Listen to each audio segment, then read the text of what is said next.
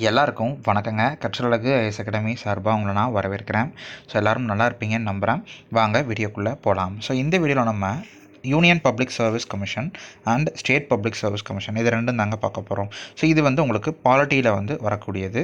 So பாலிட்டியில் உங்களுக்கு உள்ளே இருக்கக்கூடிய கான்ஸ்டியூஷனல் பாடி அரசியலமைப்பு அமைப்பு அப்படின்னு நம்ம சொல்லுவோம்ல. ஸோ அதில் வரக்கூடியது தான். வாங்க பார்த்துடலாம். So union public service commission UPSC. So உங்களுக்கு பேசிக்காகவே யூபிஎஸ்சி டிஎன்பிஎஸ்சி அப்படின்னாலே என்னன்னு தெரியும். இதெல்லாமே ரெக்ரூட்டிங் ஏஜென்சி. ஸோ ஆட்களை தேர்வு செய்யக்கூடிய ஒரு ஏஜென்சியாக தான் இருக்குது. ஸோ சென்ட்ரல் ரெக்ரூட்டிங் ஏஜென்சி அப்படின்னு நம்ம சொல்லுவோம் யூபிஎஸ்சியை. அதே மாதிரி இதோட ஆர்டிக்கல் பார்த்தோம் அப்படின்னா எல்லாத்துக்குமே ஆர்டிக்கல் உண்டுங்க. ஸோ நேற்று எலெக்ஷன் கமிஷனுக்கு ஆர்டிக்கல் சொல்லியிருந்தேன். ஸோ அப்படியே ரீகால் பண்ணிக்கோங்க. அதை பார்க்கல அப்படின்னாலும் அந்த வீடியோ நான் போட்டிருக்கேன், போய் பார்த்துருங்க. ஓகே, இங்கே ஆர்டிக்கல் ஸோ 315ங்க. ஸோ 315 அப்படிங்கிறது 315லேருந்து 323 வரைக்கும். ஸோ 315லேருந்து 323 வரைக்கும் ஆர்டிகல்ஸ் இருக்குது யூபிஎஸ்சிக்கு. பார்ட் என்ன, ஸோ பார்ட்ஸாக பிரிச்சிருப்பாங்க. ஸோ இது பார்ட் 14ங்க. So part 14 of the constitution contains elaborate provisions regarding to the composition. So யூபிஎஸ்சியில் என்னென்ன பதவிகள் காம்போசிஷன் இருக்குது, அப்பாயின்மெண்ட், ஸோ அவங்களெல்லாம் யார் அப்பாயின்ட் பண்ணுவா, ஸோ அவங்கள யார் ரிமூவ் பண்ணுவா, along with the independence and powers functions என்னென்ன, யூபிஎஸ்சியோட பவர்ஸ் என்ன, ஸோ அவங்க என்னென்ன ஃபங்க்ஷன் இருக்குது அது எல்லாமே கொடுத்துருக்காங்க. ஸோ ஓகே, பார்த்துடலாம். இப்போது காம்போசிஷன் ஒன்றுனா நம்ம பார்த்துடலாங்க. ஸோ காம்போசிஷன் அப்படின்னு பார்க்கும்போது இதில் எத்தனை பேர் இருக்கிறாங்க அப்படின்னு பார்த்தா சேர்மன் அண்ட் அதர் மெம்பர்ஸ் இருப்பாங்கங்க. ஸோ சேர்மனும் அதர் மெம்பர்ஸும் இருக்கிறாங்க. அப்பாயிண்ட் பண்ணுறது யார் அப்படின்னு பார்த்தா அப்பாயிண்டட் பை பிரசிடென்ட் அப்பாயிண்ட் பண்ணுறாங்க. ஓகே, இப்போ இதில் யூஸ்வலி மெம்பர்ஸ் இருக்காங்கன்னு பார்த்தோம். எத்தனை மெம்பர்ஸ்ன்னு பார்க்கணும்ல. So usually consist of 9 to 11 மெம்பர்ஸுங்க. ஸோ 9லேருந்து 11 மெம்பர்ஸ் வரைக்கும் இருக்கிறாங்க, இன்க்ளூடிங் சேர்மனுங்க. ஸோ ஓகே, இது பார்த்துக்கணும். அடுத்து strength of the commission has left the matter to the discretion of the president.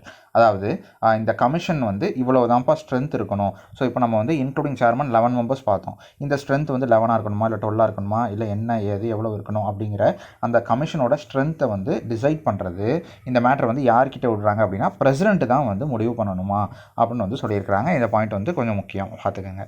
அடுத்து குவாலிஃபிகேஷன் இருக்கும்லாங்க. ஸோ இப்போ ஒரு போஸ்டிங் அப்படின்னு கொடுத்தா ஸோ அதுக்கு இந்த குவாலிஃபிகேஷன் அப்படின்னு சொல்லுவாங்கல்ல. ஸோ அதுபடி பார்த்தா நோ குவாலிஃபிகேஷன்ஸ் ஆர் ப்ரிஸ்கிரைப்ட் அப்படின்னு சொல்லியிருக்கிறாங்க.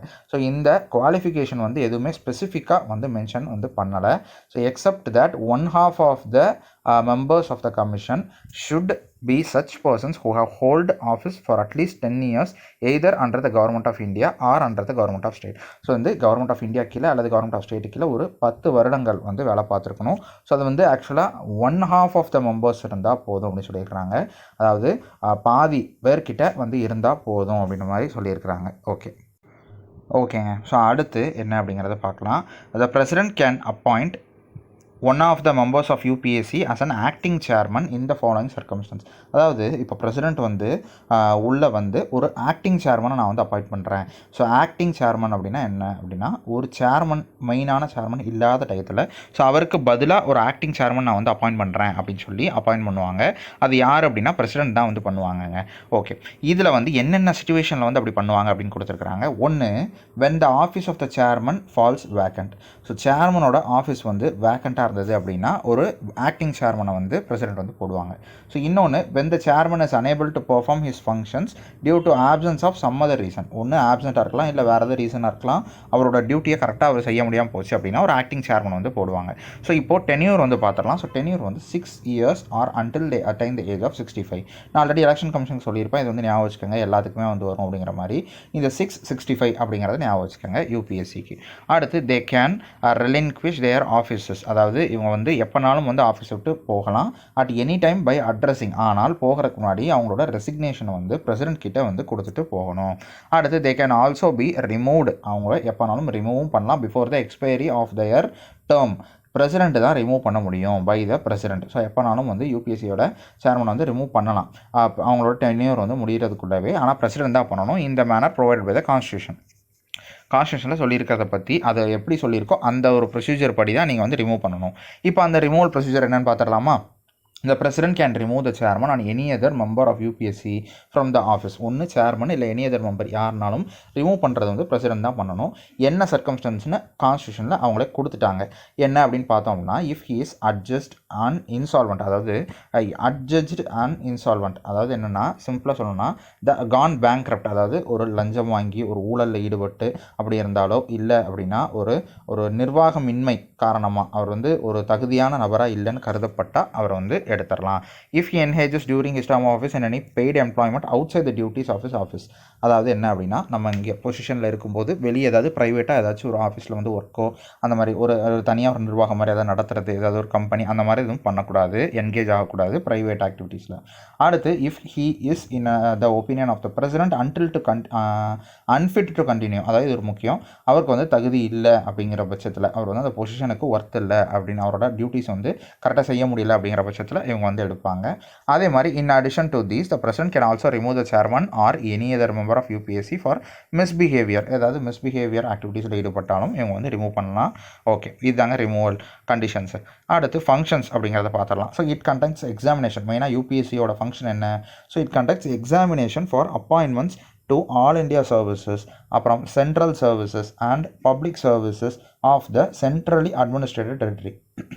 ஸோ இந்த ஏரியாஸில் இருக்கக்கூடிய போஸ்ட்டுங்க ஆல் இண்டியா சர்வீஸாக இருக்கும், சென்ட்ரல் சர்வீஸஸாக இருக்கும், அப்புறம் பப்ளிக் சர்வீஸ் எங்கெங்கெல்லாம் சென்டர் வந்து டெரிட்டரிஸாக இருக்கும், அட்மினிஸ்ட்ரேட் டெரிட்டரியில் ஃபுல்லாக சென்ட்ரல் பப்ளிக் சர்வீசஸ்ன்னு சொல்லுவோம். ஸோ இது எல்லாமே வந்து இந்த பொசிஷன்ஸ்க்கு எல்லாமே ரெக்ரூட் பண்ணுறது ஃபுல்லாகவே இந்த யூபிஎஸ்சியோட வேலை. Okay, it assist the states, so ஸ்டேட்டுக்கு அசிஸ்டன்ஸ் வந்து கொடுக்குதுங்க. ஸோ நீங்கள் வந்து இதை வந்து பாருங்கள் எப்படி அப்படிங்கிற மாதிரி அசிஸ்ட் வந்து பண்ணும், அட்வைஸ் வந்து பண்ணுறது. If requested by 2 or more states to do so, so அதாவது இப்போ ஏதாவது ஒரு ஸ்டேட்டு போய் அசிஸ்ட் பண்ணுங்கள் எங்களுக்குன்னு ரெக்வஸ்ட் பண்ணால் கண்டிப்பாக இது வந்து பண்ணும் யூபிஎஸ்சி வந்து. So in framing and operating schemes of joint recruitment of any services, so இப்போ ஏதாச்சும் ஒரு சர்வீஸ் வருது, அது ஜாயிண்ட் ரெக்ரூட்மெண்ட் நடத்தணும் அப்படின்னா ஸோ ஸ்டேட்டில் இருக்கக்கூடிய இப்போ ஒரு அமைப்பு இருக்கும், ஸோ ஸ்டேட் பிஎஸ்சின்னு சொல்லுவோம், டிஎன்பிஎஸ்சி அப்புறம் கேரளா பிஎஸ்சி அந்த மாதிரி. ஸோ அவங்க போயிட்டு யூபிஎஸ்சி கிட்ட சென்ட்ரல் பப்ளிக் சர்வீஸ் கமிஷன் கிட்ட வந்து கேட்டு அவங்க 2 பேரும் ஒன்றா என்ன பண்ணலாம் அப்படிங்கிறத அதெல்லாம் வந்து கேட்டால் ஸோ யூபிஎஸ்சி வந்து ஒரு ஐடியா வந்து தருவாங்க. ஸோ இதுதான் வந்து இந்த பாயிண்ட் வந்து இருக்கும். So for which candidates possessing special qualification, இதெல்லாம் அது வந்து அந்த சென்ட்ரல் பிஎஸ்சி தான் வந்து சொல்லும். ஸோ நீங்கள் வந்து இப்படி பண்ணுங்கள் அப்படி பண்ணுங்கள் அப்படிங்கிற மாதிரி ஃப்ரேம் பண்ணி கொடுத்துரும். ஸோ இது அசிஸ்டன்ஸ் கேட்டால் வந்து தருவாங்க. இது ஒரு ஃபங்க்ஷன். அடுத்து UPSC presence annually to the president. ஆக்சுவலாக யூபிஎஸ்சி ஸ்டேட் பிஎஸ்சி எல்லாருமே வந்து ரிப்போர்ட்ஸ் வந்து கொடுக்கணும். ஸோ அதில் மெயினாக அந்த யூபிஎஸ்சி வந்து ஒரு ரிப்போர்ட் ஆனுவலி வந்து கொடுக்குற மாதிரி இருக்கும், ப்ரெசென்ட் பண்ணணும். யாருக்கிட்ட அப்படின்னா பிரசிடென்ட் கிட்ட வந்து ப்ரெசென்ட் பண்ணணும். அந்த ரிப்போர்ட்டும் அதோட பர்ஃபார்மன்ஸும் அதில் வந்து இருக்கும். ஸோ இந்த பிரசிடென்ட் பிளேசஸ், இந்த பிரசிடென்ட் வந்து அந்த ரிப்போர்ட் எடுத்துகிட்டு போய் நேராக எங்கே கொடுப்பாங்க அப்படின்னா பார்லிமெண்ட்டோட ஹவுஸஸ்ட்டை வந்து கொடுக்கணுங்க. அப்புறம் அவங்க என்னென்னலாம் நடந்திருக்கு இதெல்லாம் அவங்க வந்து எக்ஸ்பிளைன் பண்ணுவாங்க. ஸோ இந்த 1 இயரில் இவ்வளோ நடந்திருக்கு அப்படிங்கிற மாதிரி இதெல்லாம் வந்து ப்ரொசீஜர் ஆக்சுவலாக. அடுத்து ரோல். ஸோ ரோல் என்ன அப்படின்னா கான்ஸ்டியூஷன் விசுவலைசஸ் த யூபிஎஸ்சி. இது வந்து கான்ஸ்டியூஷன் வந்து யூபிஎஸ்சியை watchdog of the merit system அப்படிங்கிற ஒரு பெயரை கொண்டு அழைக்கும். இது ரொம்ப முக்கியமான ஒரு பெயர், வாட்ச்டாக் ஆஃப் மெரிட் சிஸ்டம். அடுத்து சிவிசியும் யூபிஎஸ்சியும் கொஞ்சம் கிராஸ் ஆவாங்க. ஸோ அந்த விஷயம் வந்து லக்ஷ்மிகாந்த் புக்கில் வந்து கொடுத்துருப்பாங்க, நான் தான் எடுத்துகிட்டு வந்திருக்கேன். The emergence of central vigilance commission. So CVC அப்படிங்கிறது சென்ட்ரல் விஜிலன்ஸ் கமிஷன் அப்படின்னு நம்ம சொல்லுவோம். இது வந்து 1964 வந்தது. Affected the role of UPSC. So இந்த சிவிசி சென்ட்ரல் விஜிலன்ஸ் கமிஷன் வந்ததுனால யூபிஎஸ்சியோட ரோல் வந்து பாதிக்கப்பட்டுச்சு அப்படின்னு சொல்லியிருப்பாங்க. இன் டிசிப்ளினரி மேட்டர்ஸ். ஸோ எதில் அப்படின்னா டிசிப்ளினரி மேட்டர்ஸில் என்ன ப்ராக்கெட்டில் வந்து அகேன்ஸ்ட் சிவில் சர்வெண்ட் நான் கொடுத்துருக்கேன். ஸோ இப்போ என்னன்னா சென்ட்ரல் விஜிலன்ஸ் சர்வீஸ் அப்படி கமிஷன் அப்படின்னா இவங்களோட மெயின் டியூட்டி ஏதாவது கரப்ஷனில் ஏதாவது ஈடுபட்டாங்க அப்படின்னாலோ இல்லை ஏதாவது ஆக்டிவிட்டீஸில் ஈடுபட்டால் போய் பிடிக்கிறது. அப்போ வந்து அப்படி இருக்கும்போது இப்போ யூபிஎஸ்சி நாங்கள் தான் வந்து சிவில் சர்வன்ஸை அப்பாயிண்ட் பண்ணுறோம். ஸோ சிவில் சர்வன்ஸை நாங்கள் அப்பாயிண்ட் பண்ணுறோம். அவங்க ஏதாச்சும் ஒரு ஆக்டிவிட்டியில் ஈடுபடுறாங்க அப்படின்னா அவங்களுக்கான பனிஷ்மெண்ட், அவங்களுக்கான என்ன முடிவு எடுக்கணும் அதை நாங்கள் முடிவு பண்ணணுமா இல்லை சென்ட்ரல் விஜிலன்ஸ் கமிஷன் ஆனால் நீங்கள் முடிவு பண்ணணுமா அப்படிங்கிற மாதிரி ஒரு சின்ன இஷ்யூ வந்து வரும். ஸோ சிவிசி வந்து ஆட்டோமேட்டிக்காக அதோட டியூட்டியே அதுதான். அப்போ வந்து அது யூபிஎஸ்சியில் கேட்காம அதோட முடிவு அதை எடுத்துக்கணும். அப்போ யூபிஎஸ்சியிலேருந்து என்ன சொல்கிறாங்கன்னா நாங்கள் அப்பாயிண்ட் பண்ணுறோம், நாங்கள் தான் டிசைட் பண்ணணும் அப்படிங்கிற மாதிரி ஒரு சின்ன இஷ்யூ வந்து ஓடிட்டுருக்கு. ஸோ இந்த சிபிசி வந்ததுனால யூபிஎஸ்சியோட அந்த பொசிஷன் வந்து கொஞ்சம் பவர் வந்து கொஞ்சம் குறையுது இந்த விஷயத்தில் அப்படி வந்து சொல்லியிருப்பாங்க. இதில் நமக்கு தேவையான பாயிண்ட் என்னென்னா சென்ட்ரல் விஜிலன்ஸ் கமிஷனை என்ன அப்படிங்கிறத வந்து பார்த்துக்கணும். இது அதுக்கப்புறம் அதோட வருஷம் வந்து பார்த்துக்கணும் 1964. நான் சிபிசியை பற்றி ஃபுல்லாக தனியாக வந்து போட்டுருவேன், அது கவலைப்பட வேணாம். அடுத்து the UPSC being and independent constitutional பாடியாக இருக்குது, has an edge over the சிபிசி. அதாவது கொஞ்சம் அதான் இண்டிபெண்டன்ட் பாடியாக இருக்குது, ஆனால் இங்கே கொஞ்சம் ப்ராப்ளம் இருக்குது. Which is created by an executive resolution. ஆனால் சிபிசி வந்து ஒரு எக்ஸிக்யூட்டிவ் ரெசல்யூஷனால் கிரியேட் பண்ணது. எக்ஸிக்யூட்டிவ் ரெசல்யூஷன் அப்படின்னா ஒரு தீர்மானம் நிறைவேற்றப்பட்டு இதை வந்து கொண்டு வந்திருக்காங்க. கவர்மெண்ட் ஆஃப் இந்தியா தான் இது வந்து கொண்டு வந்திருக்காங்க. And conferred as statutory status. இதுக்கு ஸ்டாட்யூட்டரி ஸ்டேட்டஸும் வந்து கிடச்சிருக்கு. ஸ்டாட்யூட்டரி ஸ்டேட்டஸ்னால் இந்த லா மூலமாக, அதாவது ஒரு இயற்றப்பட்ட ஒரு அமைப்பு அப்படின்னு சொல்லுவோம். கான்ஸ்டியூஷனல் பாடி அப்படின்னா அரசியலமைப்பு அமைப்பு. ஸ்டாட்யூட்டரி பாடி அப்படின்னா அதில் இல்லாமல் நம்மளே ஒரு லா வந்து கிரியேட் பண்ணி அதுக்காக ஒரு அமைப்பு வந்து கொண்டு வந்திருப்போம். அதுதான் ஸ்டாட்யூட்டரி ஸ்டேட்டஸ். ஸோ இதுக்கு அந்த ஸ்டேட்டஸ் வந்து கிடச்சிருக்கு. எப்போ அப்படிங்கிறதையும் கொடுத்துருக்காங்க, அக்டோபர் 2003. ஸோ அவ்வளோதாங்க, இதுதான் வந்து மேஜரான பாயிண்ட்ஸ். இப்போ ஆர்டிகல்ஸ், யூபிஎஸ்சியோட ஆர்டிகல்ஸ் வந்து பார்க்கணும்ல. ஸோ 315 இருந்துன்னு பார்த்தோம்ல, அது ஒவ்வொன்றும் வரிசையாக நம்ம வந்து பார்த்துடலாம். 315 என்ன சொல்கிறாங்க அப்படின்னா, public service commission for union and for states அப்படின்னு சொல்லி டெஃபினேஷன் வந்து இருக்குது.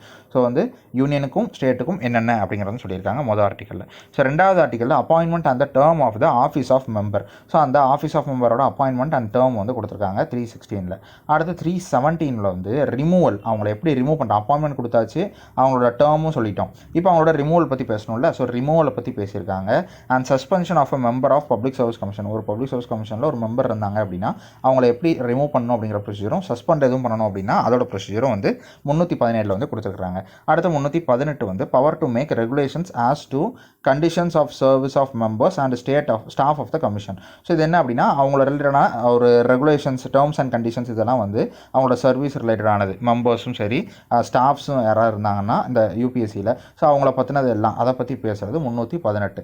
19 வந்து prohibition as to the holding of office by the members of commission on ceasing to such members. So இது என்ன அப்படின்னா, ஸோ அந்த வெளியே நம்ம வந்து ஆஃபீஸ் எதுவும் வைக்கக்கூடாது அப்படிங்கிறத பற்றி பேசுகிறது தான் இந்த 319. அடுத்து 320. ஸோ 320 வந்து functions of public service commission. இதோட ஃபங்க்ஷனை பற்றி முழுக்க பேசுகிறது. 321 வந்து powers to extend the functions. பவர்ஸை பற்றி வந்து முழுக்க பேசுகிறது.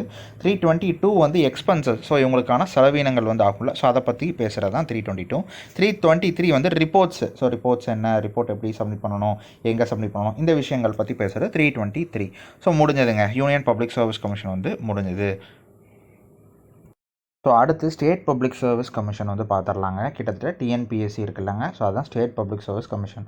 ஸோ இதில் the same set of articles. So 315 to 323 அதே தான். பார்ட் 14 தான் of the constitution also deals with the composition, appointment and the removal of members, powers and functions, independence of state PSC, powers, இது எல்லாத்தையும் same articles தான் வந்து பேசுது. ஆக்சுவலாக வந்து நான் வந்து ஏன் செட்டாக இந்த கான்ஸ்டியூஷனல் பாடி, நாங்கள் கான்ஸ்டியூஷனல் பாடி போடணும் அப்படின்னு சொன்னேன் அப்படின்னா, எல்லாமே வந்து மேக்ஸிமம் சேமாக தாங்க இருக்கும், சில டிஃப்ரென்ஸ் மட்டும் இருக்கும். நான் அது பார்ப்போம்.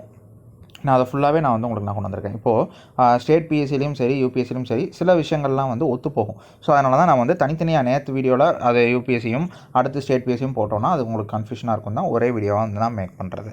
ஓகே, இப்போ இதோட காம்போசிஷன் பார்த்துடலாங்க. இங்கேயும் வந்து சேர்மன் அண்ட் அதர் மெம்பர்ஸ் வந்து இருப்பாங்க.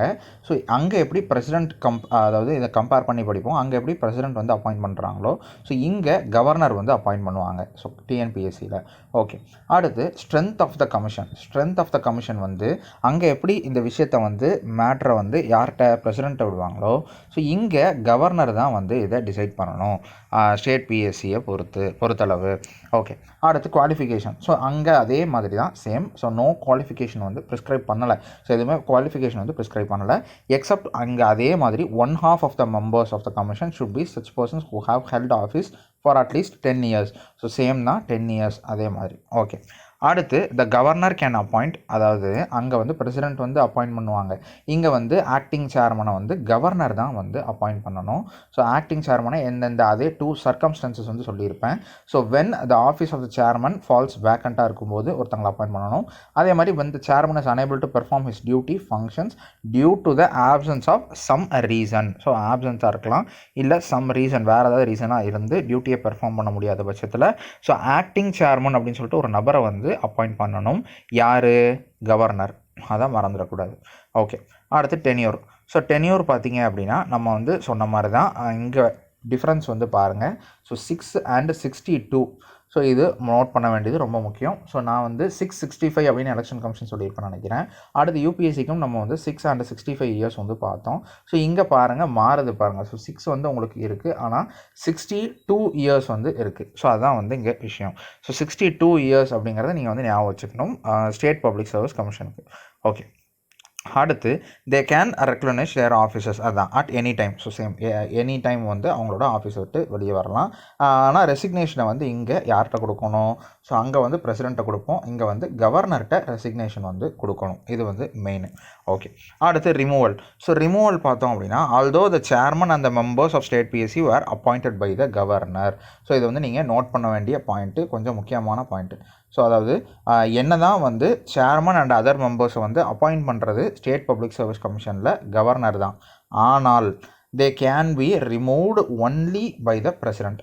ஸோ அவங்க வந்து ரிமூவ் பண்ணுறது பிரசிடெண்ட்டால் மட்டும்தான் ரிமூவ் பண்ண முடியும். They can be removed only by the president. இந்த பாயிண்ட் வந்து நிறைய பேர் வந்து ஞாபகம் வச்சுக்க மாட்டாங்க. ஸோ அங்கே எப்படி பிரசிடெண்ட்டோ அப்போ இங்கேயும் வந்து பிரசிடெண்ட் தான் அப்படின்னு, அதாவது இங்கே வந்து கவர்னர் தான் அப்படின்னு ஞாபகம் வச்சுட்டு போயிடுவாங்க.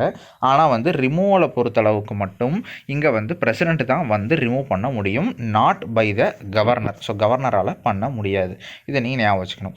அதுக்கப்புறம் the president can remove them on same grounds of the same manner. எங்கே நம்ம வந்து எப்படி யூபிஎஸ்சியோட சேர்மன் அப்புறம் மெம்பர்ஸ் எப்படி ரிமூவ் பண்ணுறோமோ அதே பேட்டர்னில் அதே மாதிரி ரிமூவ் பண்ணணும். ஆனால் பிரசிடெண்ட் தான் வந்து பண்ணணும். ஸோ சேம் அப்படின்னு சொல்லியிருக்கு, சேம் கிரவுண்ட்ஸ் அப்படின்னு சொல்லியிருக்காங்க, சேம் மேனர்னு சொல்லியிருக்காங்க. நோட் பண்ணிக்கோங்க. அடுத்து இதோட ஃபங்க்ஷன்ஸ் வந்து பார்த்துடலாம். இல்லை ஃபஸ்ட்டு வந்து நம்ம இதை வந்து அவர் என்ன கண்டிஷனால் ரிமூவல் அப்படின்னா அதுக்கு சில கண்டிஷன் இருக்கும்ல. ஸோ அதையும் வந்து பார்த்துடலாம். If he is adjudged and an insolvent, அதாவது ஹாஸ் கான் பேங்க்ரப்ட், அதே தான் அங்கே பார்த்தது. அதே மாதிரி if he engages during his term of office, அதான் வெளியே ஒரு பெய்டு எம்ப்ளாய்மெண்ட் வந்து அவுட் சைட் த ஆஃபீஸ் ஏதாவது வச்சுருந்தாலோ, இல்லை if he is in his opinion of the president, அதாவது இது வந்து பிரசிடெண்ட் தான் ரிமூவ் பண்ணுறதுனால பிரசிடெண்ட்டோட ஒப்பீனியனில் இருந்தால் போதும். ஸோ கவர்னரோட ஒப்பீனியனில் அப்படின்னு நினைச்சிடக்கூடாது. கவர்னருக்கு தெரிஞ்சாலும் பிரசிடெண்ட் வந்து நினைக்கணும், ஓகே இவன் வந்து ஓகே இந்த பொசிஷனுக்கு வந்து இவர் வந்து கொஞ்சம் ஒர்த் இல்லை, அதாவது இவரால் ரோல்ஸ் அண்ட் ரெஸ்பான்சிபிலிட்டியை ஹேண்டில் பண்ண முடியல அப்படின்னு அவர் வந்து நினைக்கணும். ஸோ அப்போனா மட்டும்தான் அன்ஃபிட் அப்படின்னு அவர் பிரசிடெண்ட் வந்து நினச்சா மட்டும்தான் ஸோ இந்த டிஎன்பிஎஸ்சி நம்ம ஸ்டேட் பிஎஸ்சியோட சேர்மனை வந்து ரிமூவ் பண்ணுறதோ இல்லை மெம்பர்ஸ் ரிமூவ் பண்ணுறதோ பண்ண முடியும். அதே மாதிரி in addition to these the president can also remove the chairman or any other member of state PSC for misbehaviour. நம்ம பார்த்துட்டோம் அதே மாதிரி மிஸ்பிஹேவியர். இப்போ இம்பார்ட்டன்ட் ஃபங்க்ஷன்ஸ் வந்து பார்த்துடலாங்க. So state PSC performs all those functions in respect to state services ரிலேட்டடாக எல்லா ஃபங்க்ஷனையுமே ஸ்டேட் பிஎஸ்சி தான் வந்து பார்த்துக்குது. As the UPSC does in the central services. UPSC எப்படி சென்ட்ரல்லையோ ஸோ ஸ்டேட்டில் இங்கே அதுதான். அடுத்து it conducts examinations for appointments of services of the state.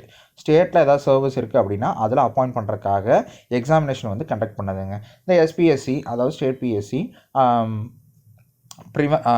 Presence annually, அதாவது எப்படி அங்கே வந்து ஆனுவல் ரிப்போர்ட் வந்து சப்மிட் பண்ணுறாங்களோ so same state public service கமிஷனும் ஆனுவல் ரிப்போர்ட் வந்து கொடுக்கணும். அங்கே பிரசிடெண்ட்டை கொடுப்பாங்க, இங்கே வந்து கவர்னர்கிட்ட கொடுக்கணும், அது மெயின்.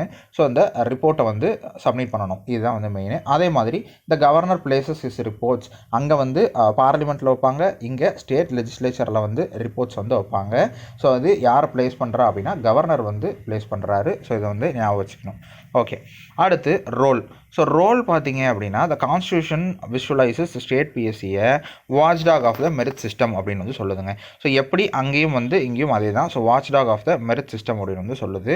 அதே மாதிரி as the emergence of, so அங்கே எப்படி சென்ட்ரல் விஜிலன்ஸ் கமிஷன் வந்தது எமர்ஜென்ஸை பற்றி பேசியிருக்காங்களோ ஸோ இங்கே ஸ்டேட் விஜிலன்ஸ் கமிஷனோட எமர்ஜென்ஸை பற்றி பேசியிருப்பாங்க. ஸோ ஸ்டேட் விஜிலன்ஸ் கமிஷனோட எமர்ஜென்ஸ் அப்படின்னு பார்க்கும்போது அதோட இயர் பார்த்தீங்க அப்படின்னா 1964.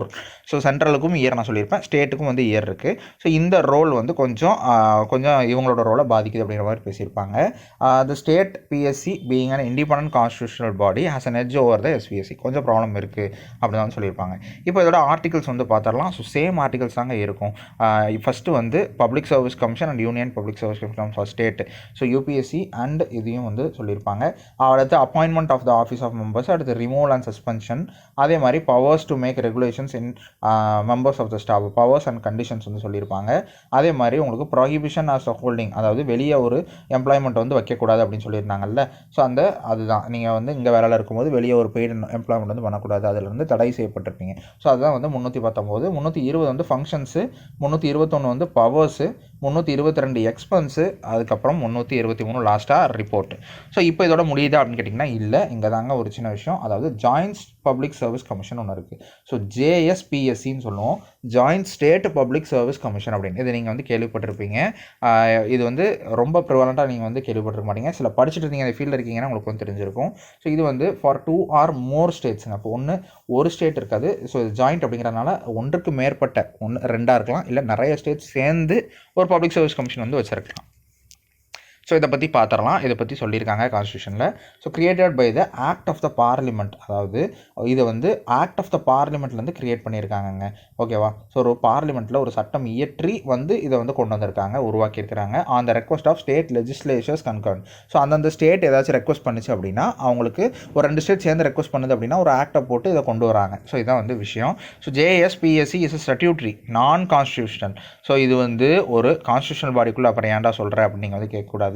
ஸோ இது வந்து ஒரு இது மேட்சாக வந்ததுனால இதையும் நான் வந்து எடுத்துட்டேன். ஸோ இது ஆக்சுவலாக இது வந்து கான்ஸ்டியூஷனல் பாடி கிடையாது. So not a constitutional body. So இது வந்து ஒரு லா மூலமாக இயற்றப்பட்டதுனால இது வந்து ஸ்டாட்யூட்டரி பாடி. ஆக்டை கொண்டு வந்து அதுக்கப்புறம் ஏற்றுறாங்க. ஸோ இதானா லக்ஷ்மிகாந்தில் இருக்கும். ஸோ அது நீங்கள் தெரிஞ்சுக்கணும் அப்படிங்கிறதுனால தான் நான் வந்து இதை கொண்டு வந்திருக்கேன். ஸோ ஓகே, ஒரு எக்ஸாம்பிள் நான் வந்து கொண்டு வந்திருக்கேன் பாருங்கள். The 2 states of Punjab and Haryana have JSPSC for a short period அப்படின்னு நான் சொல்லியிருக்கேன். ஸோ யாரும் பஞ்சாப் அண்ட் ஹரியானாவும் வந்து ஒரு joint state public service commission வந்து வச்சுருந்தாங்க கொஞ்சம் ஷார்ட் பீரியடுக்கு. அதே மாதிரி after the creation of Haryana out of Punjab, இது எப்போ வந்து வச்சுருந்தாங்க அப்படின்னா, ஸோ ஹரியானாவை பஞ்சாபிலிருந்து வெளியே தனியாக கிரியேட் பண்ணதுக்கப்புறம் எப்போ இயர் வந்து 1966 வந்து இதை வந்து கொண்டு வந்தாங்க.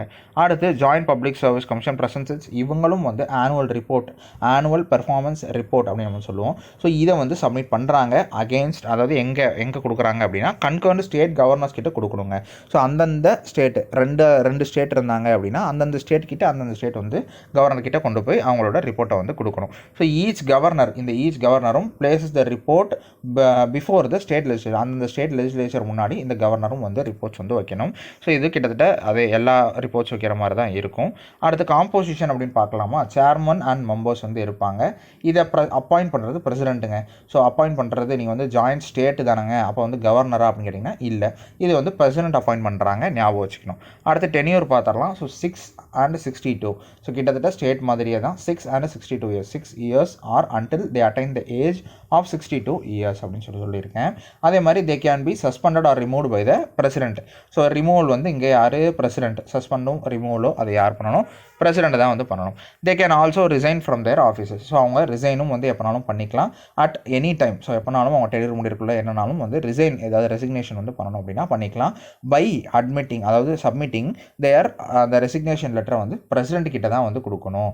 ஓகேவா? பிரசிடென்ட் கிட்ட தான் கொடுக்கணும். நான் வந்து ஜாயின்ட் ஸ்டேட் தானே, அப்போ நான் கவர்னர் கிட்ட கொடுக்கலாமா? இல்லை, பிரசிடென்ட் கிட்ட தான் வந்து ரெசிக்னேஷன் லெட்டரை வந்து கொடுக்கணும். ஸோ இது வந்து ரூல். இதை வந்து இவ்வளோதாங்க, இது வந்து முடிஞ்சது ஜாயிண்ட் பப்ளிக் சர்வீஸ் கமிஷனோடதும். நான் எதுனா சொல்லணும்னு நினச்சேன், அவ்வளோதாங்க. இப்போ நம்ம இந்த வீடியோவில் வந்து ஸ்டேட் பிஎஸ்சி, அப்புறம் யூபிஎஸ்சி, அதுக்கப்புறம் joint state public service commission, இது எல்லாத்தையுமே வந்து பார்த்துட்டோம். ஸோ உங்களுக்கு இந்த வீடியோ வந்து அடுத்தடுத்து இனிமேல் வந்துகிட்டே இருக்கும். நீங்கள் வந்து மறக்காமல் பாருங்கள், உங்களுக்கு வந்து யூஸ் பண்ணிக்கோங்க. ஓகேங்க, லைக் பண்ணிடுங்க பிடிச்சிருந்துச்சி அப்படின்னா. கமெண்ட் செக்ஷனில் உங்களோட தாட்ஸ் அண்ட் வியூஸ் வந்து சொல்லுங்கள், ஷேர் பண்ணுங்கள், நான் வந்து எடுத்துக்கிறேன். நீங்கள் என்ன சொன்னாலும் நான் வந்து எடுத்துக்கிறேன். ஓகேங்க, நெக்ஸ்ட் வீடியோவில் பார்க்கும்போது அது வரைக்கும் சேஃபாக இருங்க, படிங்க, பார்க்கலாங்க.